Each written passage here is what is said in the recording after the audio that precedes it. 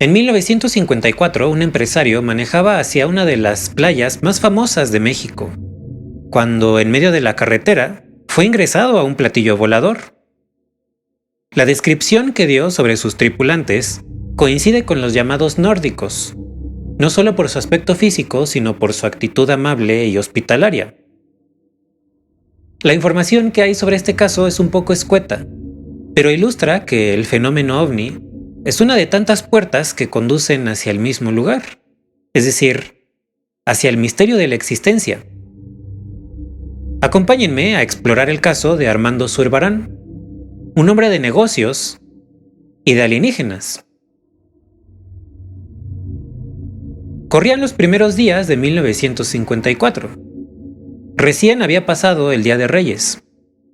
En México celebramos este día comiendo la famosa rosca, y a los niños, los 3 Reyes Magos les traen regalos dependiendo de qué tan bien se hayan portado el año anterior. El caso es que Armando iba manejando por la carretera México-Acapulco, la cual se caracteriza por ciertas curvas, como la Pera, que no son aptas para conductores distraídos, con poca experiencia y mucho menos adormilados. Si ahorita esta carretera presenta sus retos, en aquella época era todavía más complicada. Eran cerca de las 2 de la madrugada y la razón por la que Armando manejaba tan tarde era porque al día siguiente tenía una reunión de negocios y esperaba llegar a Acapulco antes del amanecer. Armando se encontraba concentrado en aquello, sorteando las curvas, cuando de pronto lo invadió un cansancio inexplicable. Él lo describiría como un estado hipnótico de letargo.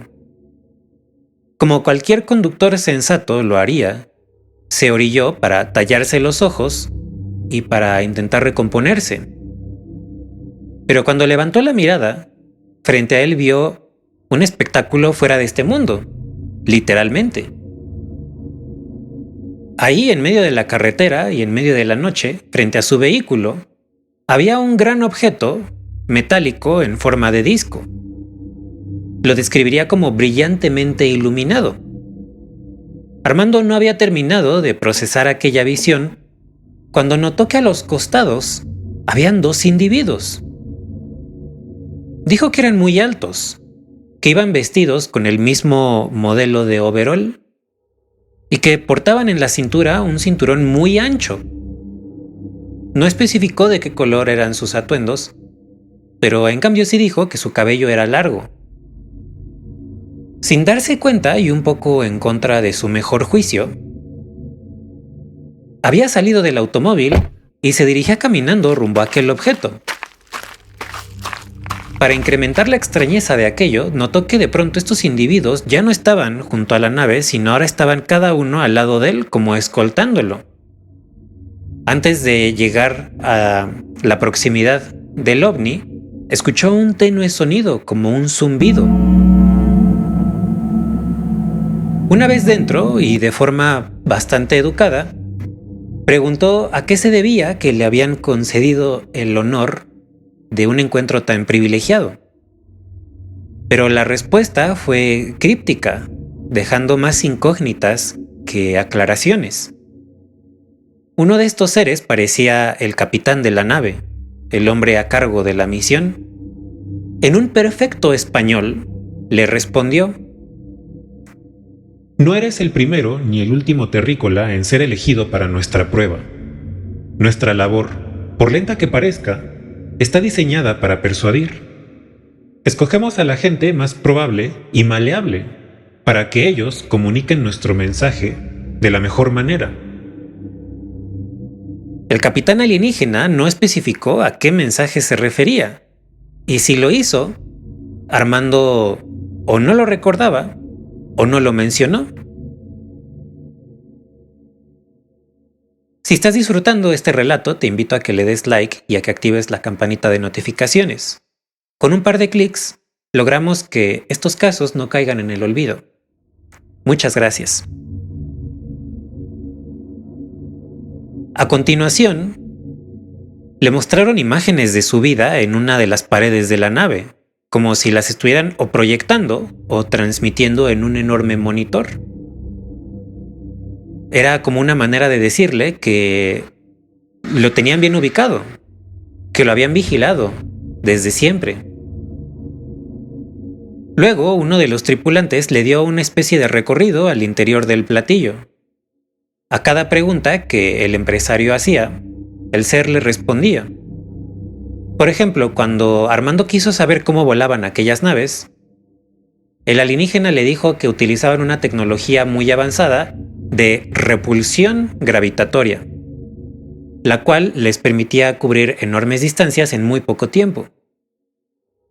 De hecho, le dijeron, la nave ya ni siquiera estaba reposando sobre la Tierra, ni siquiera estaba en la órbita del planeta. Se encontraban surcando el espacio. Armando se asomó por una de las pequeñas ventanillas, preguntando si se podía ver la Tierra desde ahí, pero le dijeron que no.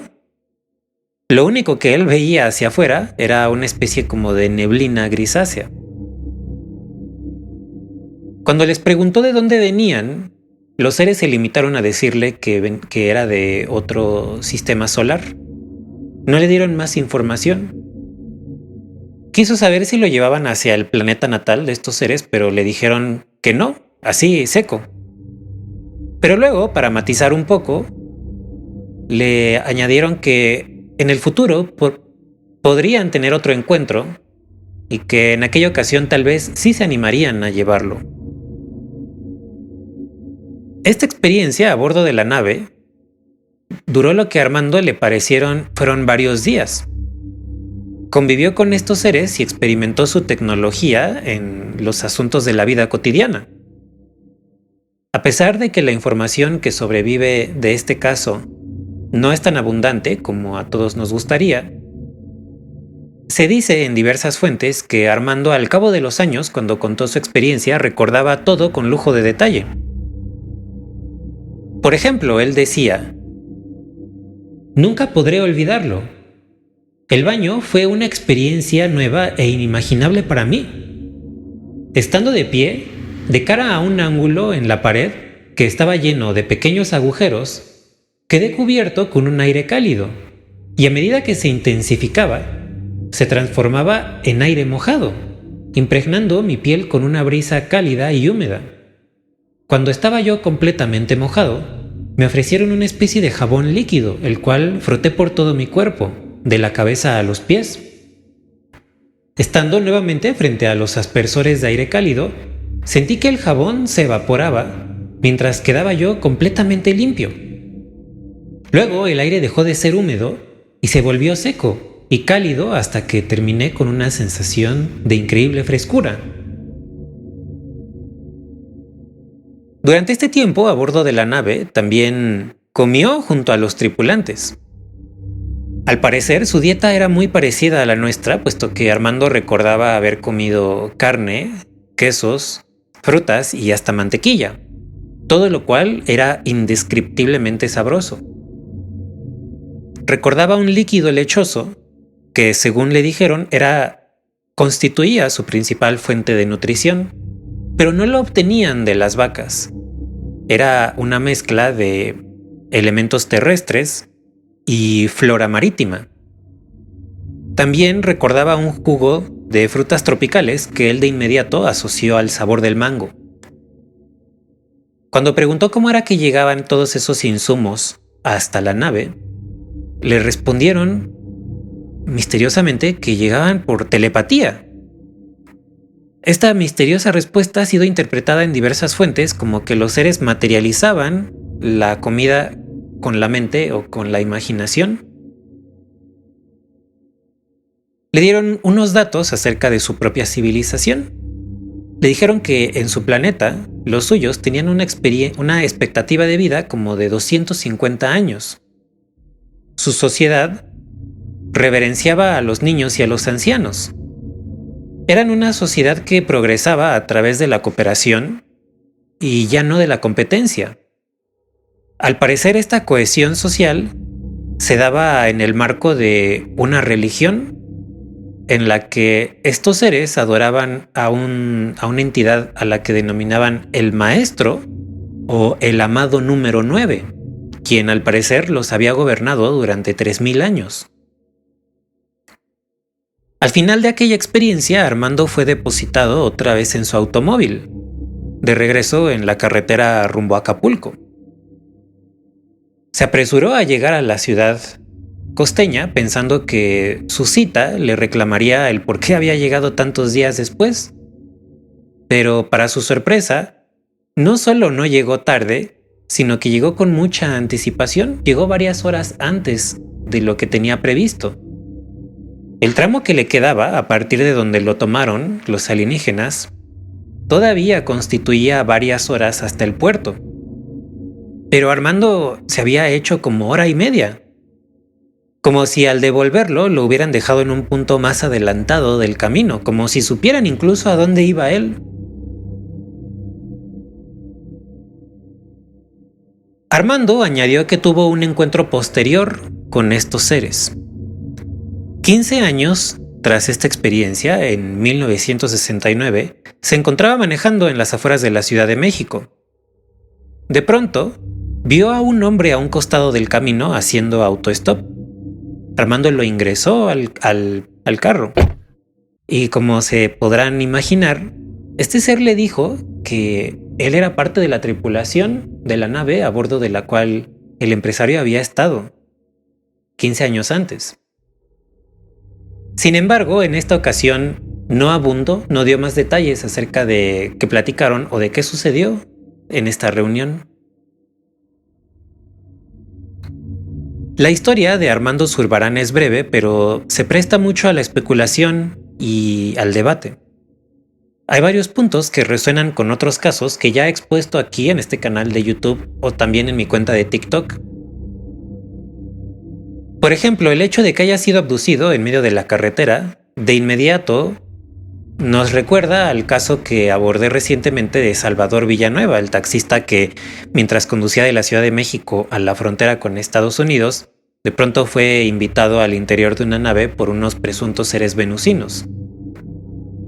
En el caso de Salvador, a él le fue dada una especie de papilla que era hecha a partir de unos frutos muy carnosos y sin semilla que se daban en las terrazas de los edificios de Venus, y también se hacía con alimentos marítimos. Esto resuena con lo que le dijeron a Armando, de que el alimento lechoso, esta bebida lechosa, se hacía con elementos terrestres y con elementos marítimos.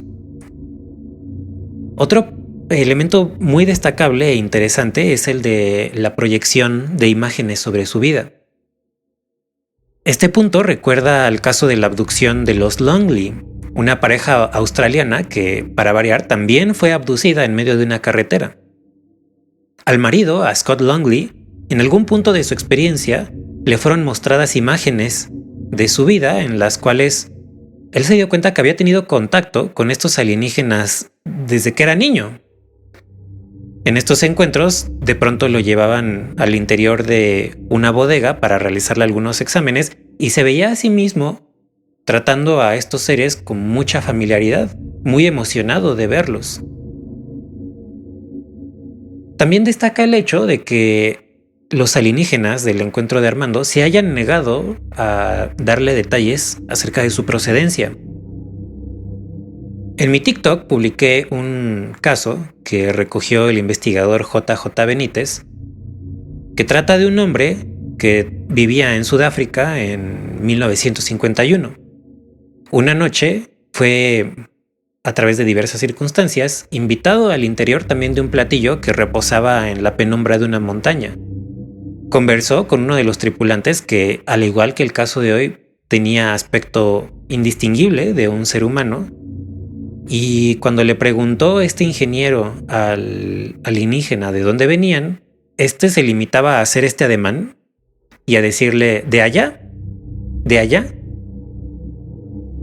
Cuando el ingeniero quiso saber más, quiso saber la coordenada específica, la estrella, algún dato adicional, este ser le cambió de tema, como si le incomodara que le estuviera preguntando aquello. Algunas personas dicen que los alienígenas tienen prohibido, por alguna razón, decir de dónde vienen. Esta teoría pues me parece razonable, pero a mí me gustaría proponer la mía propia.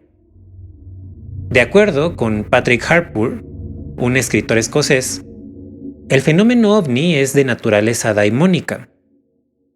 Esto en cristiano quiere decir esencialmente dos cosas: que cambian de forma y que son mentirosos. Si seguimos esta lógica, podría ser que el fenómeno ovni no necesariamente sea extraterrestre, es decir, que vengan de otro planeta. Podría ser un fenómeno interdimensional o paranormal, y permítanme elaborar más este caso. Puede ser que los aparentes viajes por el espacio en realidad sean viajes interdimensionales o viajes a otras realidades. Esto explicaría, al menos en parte, varios de los aspectos más inverosímiles del fenómeno ovni, que a mucha gente escéptica o que, digamos, recién ingresa en este tema, le parecen muy chocantes. El primero de estos aspectos es la apariencia tan inverosímil que suelen tener los alienígenas. Casi siempre tienen una morfología humanoide. Desde los reptilianos, los grises, los nórdicos, hasta los insectoides, todos suelen tener un torso, extremidades aquí a los lados, piernas y una cabeza encima de los hombros. Hace poco, en un video, una chica decía que no importa qué tanto invoquemos la evolución convergente, es demasiada coincidencia y demasiado absurdo pensar que en climas y planetas tan distintos evolucionen seres que sean prácticamente indistinguibles de nosotros, siendo que en este mismo planeta hay tanta diversidad de vida. Y tiene razón. Visto así, desde la perspectiva extraterrestre, biológica o exobiológica, no tiene mucho sentido. Es por eso que estoy proponiendo esta teoría. Que no me la inventé yo, pero vamos, se las quiero compartir. Otro de estos aspectos inverosímiles que quedarían explicados al menos en parte sería el del aspecto tan distinto que suelen tener las naves a lo largo de las épocas. En relatos antiguos, las naves alienígenas tenían en su interior muchas palancas y botones, pero al paso de los años pareciera que el diseño de los ovnis se va volviendo cada vez más austero, hasta el punto en el que hay personas que teorizan que aquello debe ser piloteado con la mente, puesto que no hay ni siquiera un panel de control. Un tercer aspecto que también podríamos considerar es el de los desfases temporales, como Armando, que sintió que estuvo varios días a bordo de esta nave, pero en realidad fueron unos cuantos minutos. En el video anterior, en el de los cerebros espaciales de Palos Verdes, yo les hablaba cómo Rodríguez recordaba que al ingresar al automóvil volteó a ver a Hodges y vio que éste corría como en cámara lenta, como si no tuviera prisa de llegar al auto, como si cada uno estuviera experimentando el tiempo en velocidades distintas. Y un último punto que me gustaría mencionar respecto a que podría ser explicado por esta teoría es el de las implicaciones espirituales que suele haber en las abducciones. En este caso, por ejemplo, hablaron los alienígenas de una religión, de un ser al que adoraban, este maestro. En el segundo video que publiqué en este canal, el de abducción espiritual en Puerto Rico, a una madre y a una hija les son comentadas nociones acerca del propósito de la humanidad, de nuestra evolución como especie, pero también como almas, a dónde nos dirigimos, cuál es el sentido de la vida, es decir, un montón de enseñanzas que son francamente espirituales. Yo propongo que el fenómeno ovni no es accesible mediante tecnología espacial, o tal vez no únicamente. Otra forma que a mí se me ocurre es que podríamos entrar en contacto con él a través de estados alterados de la conciencia, razón por la cual muchas personas dicen que meditar es una forma de contactar con estos seres. Y es que si el fenómeno ovni es interdimensional o está emparentado con lo paranormal, Otra forma de contactarlos sería a través de estados, digamos, expandidos de la mente. Uno de los cuales, y yo sé que tal vez no es muy popular, es el de las experiencias psicodélicas. Solemos asumir que la psicodelia no es más que un montón de alucinaciones y de cosas esencialmente falsas, pero cada vez hay más investigadores que se toman más en serio la hipótesis de que la psicodelia podría ser una puerta a otras realidades, una manera de abrir la mente, de abrir la conciencia. Para ejemplificar la relación que hay entre la psicodelia y las abducciones ovni, me gustaría mencionar la forma en la que se entrelazan muy naturalmente las líneas de investigación de dos individuos que llegaron a conclusiones muy similares sin siquiera haberse conocido. Estos individuos, uno de ellos es John Mack, que si ustedes siguen les gusta investigar este fenómeno, seguro habrán escuchado hablar de él. John Mack era psiquiatra de Harvard y él en un momento posterior de su carrera investigó casos de abducción y de encuentros con alienígenas. Uno de los más famosos que él investigó fue el de la escuela de Ariel. La otra persona de las que le quiero hablar es Rick Strassman, un psiquiatra que en los 90s comenzó a realizar experimentos con DMT. En ambos casos, tanto quienes habían sido abducidos como quienes se habían sometido a estas terapias con DMT reportaban experiencias que tenían muchos elementos en común, algunos de los cuales son encuentro con seres inteligentes que habían sido transportados a un ambiente tecnológico o futurista que generalmente era descrito como una ciudad o un laboratorio y que recibían lecciones de vida, como suele ser el caso cuando los alienígenas le dicen a los contactados que les preocupa la actitud tan beligerante de los humanos. Un cuarto aspecto que tienen en común las experiencias psicodélicas y el fenómeno ovni son las curaciones, pero de esto hablaré un poquito más adelante.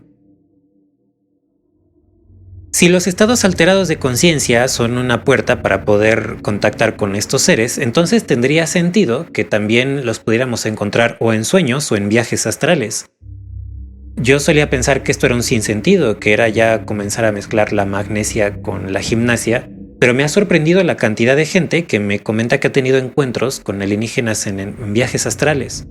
O gente que me dice que soñó con alienígenas, pero que ese sueño no se sintió como una mera proyección del subconsciente, sino como algo más, demasiado real para haber sido simplemente un simple sueño. Otro estado alterado de la conciencia, en el que encontramos o podríamos encontrar en algún momento semejanzas con la psicodelia y con el fenómeno ovni, son las experiencias cercanas a la muerte. En particular quisiera mencionarles la experiencia de Ryan John. Les voy a dejar alguna de sus entrevistas en una de las esquinas del video. Están en inglés, desafortunadamente por la barrera del idioma, pero es muy interesante el caso de este muchacho porque él fue herido con un arma blanca en la cabeza. Su masa encefálica quedó hecha papilla y perdió una cantidad tremenda de líquido vital rojo.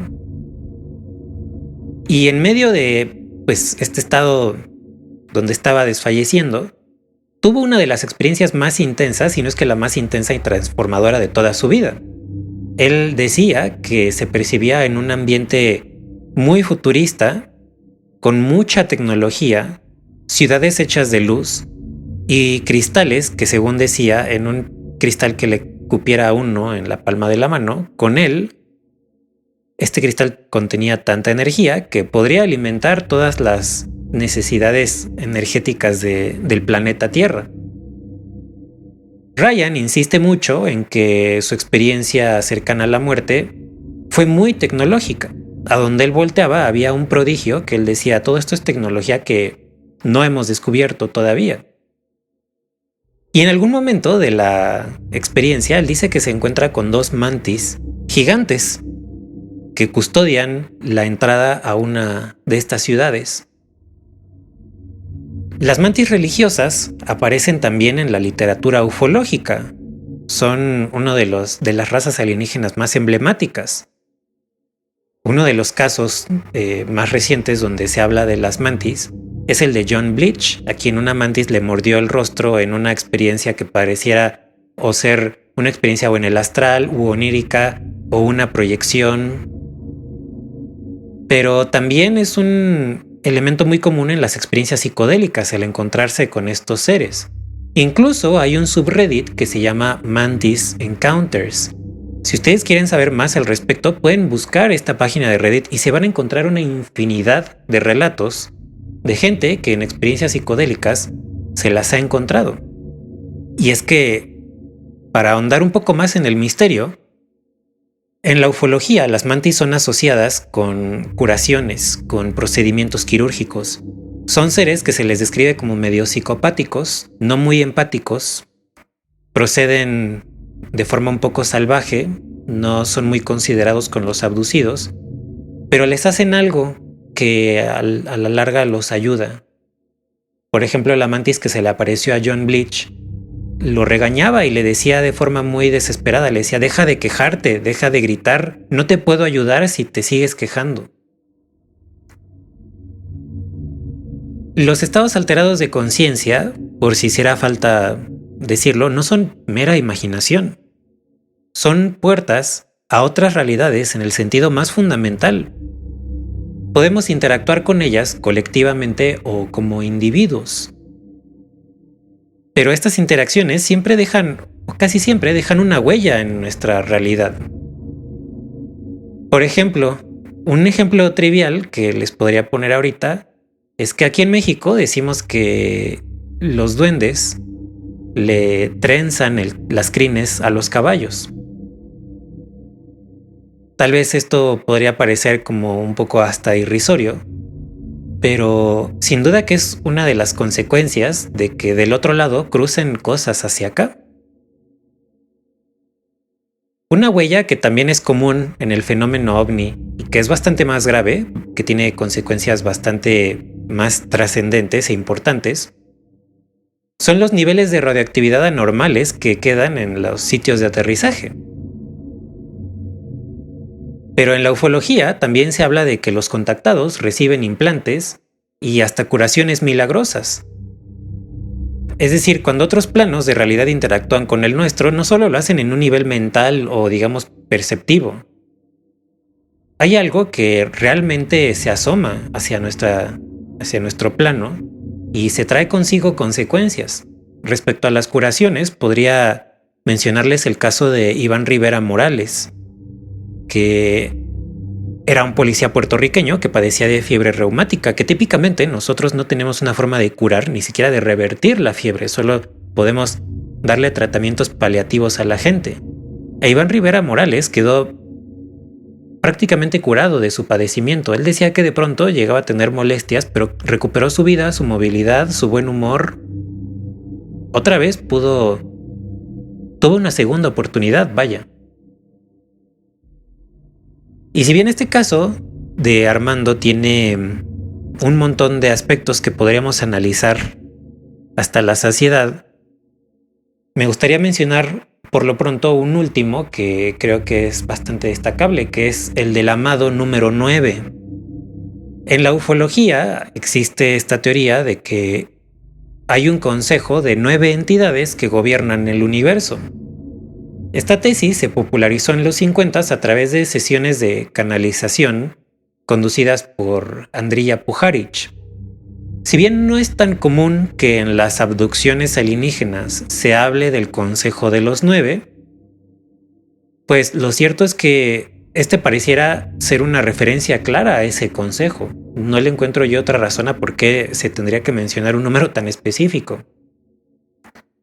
Pareciera que el número 9 pertenece al ala más esotérica de la ufología, pero en el caso de hoy también podríamos considerarlo, al menos parcialmente, como parte del ala más, como lo quisiéramos llamar, como conservadora. Y es que aunque muchos ufólogos no se toman en cuenta, no toman en cuenta este tipo de detalles, no los incluyen en sus informes, no los consideran como líneas de investigación válidas. Lo cierto es que ello no significa que no sean relevantes. La abducción de Armando Zurbarán abre un debate infinito en torno al misterio ovni. Pero en este video quise ilustrar a través de esta serie de conclusiones y de observaciones que en realidad el misterio ovni es el misterio de la conciencia y de la realidad misma. Pareciera que el fenómeno humano nos recuerda que no solamente no sabemos nada del cosmos, sino que tampoco entendemos la realidad en un sentido más fundamental. Más allá de nuestras limitaciones científicas, pareciera que ni siquiera tenemos un marco ontológico que explique estos fenómenos satisfactoriamente. Me gustaría preguntarles a continuación si ustedes creen que el fenómeno ovni es meramente extraterrestre o si tal vez tenga algo que ver con estas hipótesis que manejamos hoy, si podría tener algo que ver con la interdimensionalidad y con lo paranormal. O tal vez puede ser una mezcla de ambas. Ustedes díganmelo, los estaré leyendo en la caja de comentarios. Como dijo Farengar en Skyrim, un indicio seguro de que alguien es un tonto es que descarta todo lo que cae fuera de su experiencia propia por considerarlo imposible.